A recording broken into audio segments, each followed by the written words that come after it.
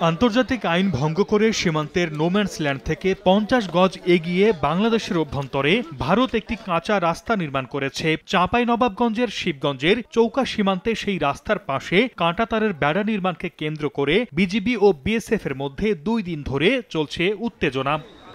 এদিকে দফায় দফায় বিজিবির বাধা উপেক্ষা করে বেড়া নির্মাণের চেষ্টা চালিয়ে যাচ্ছে বিএসএফ। বুধবার সকালেও আবারও সীমান্ত আইন লঙ্ঘন করে ভারতীয় সীমান্তরক্ষী বাহিনী কাঁটাতারের বেড়া নির্মাণের চেষ্টা করলে বাধা দেয় বিজিবি। সীমান্তের এমন ঘটনায় ক্ষোভ জানিয়েছেন বাংলাদেশিরা।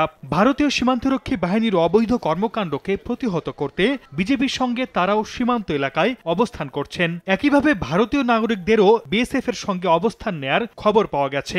তারা নতুন করে মাটি তুলে আবার নতুন করে তারা আমাদের বাংলাদেশের সাইডে তারা নতুন করে কাঁটাতার নির্মাণ করছে।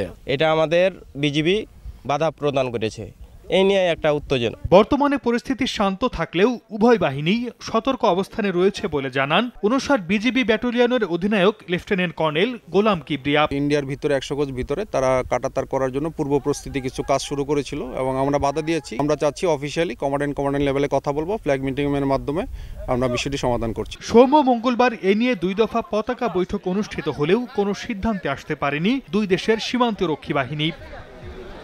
সময় সংবাদ, চাঁপাইনবাবগঞ্জ।